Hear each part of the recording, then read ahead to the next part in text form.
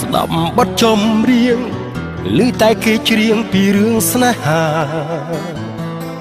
ស្ដាប់ចំតែបទឈឺផ្សានឹកដល់រឿងខ្លួនឯងរឿងពិតធ្វើភ្លេចមិនជឿបែរជារឿងដែលគេសំដែងរឿងរ៉ាវស្នេហាជាក់ស្ដែងមិនដូចរឿងនិទាន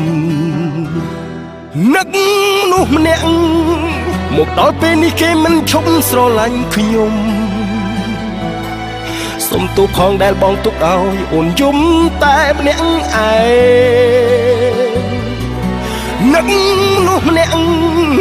ដែលខ្ញុំបានទុកគេចោលនៅនឹងអ្នកផ្សេង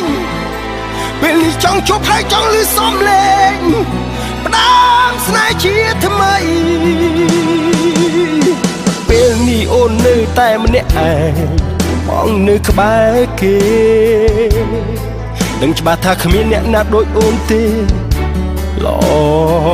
នឹងបងបើបងចង់វិលវិញក្នុងពេលនេះ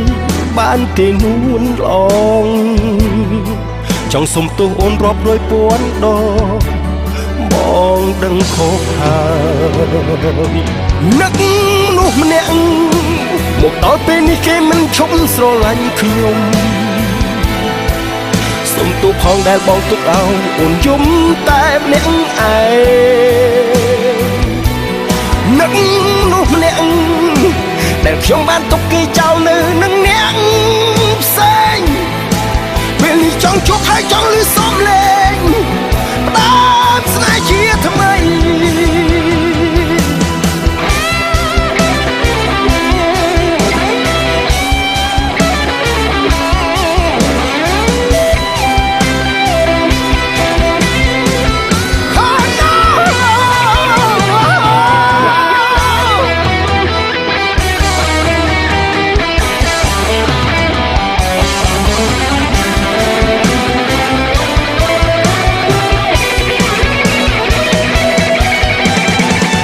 ខូចចិត្តមើលភាពយន្តស្នេហា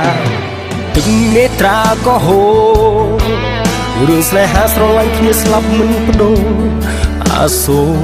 រឿងខ្លួនឯងរឿងពិតធ្វើភ្លេចមិនជឿបែរជារឿងដែលគេសំដែងរឿងស្នេហាជីវិតពិតជាក់ស្ដែងមិនដូចរឿងនិទាននឹកនោះម្នាក់មកដល់ពេលនេះគេមិនឈប់ស្រឡាញ់ខ្ញុំសុំទោសផងដែលបងទុកឲ្យអូនយំតែម្នាក់ឯងនឹកនោះម្នាក់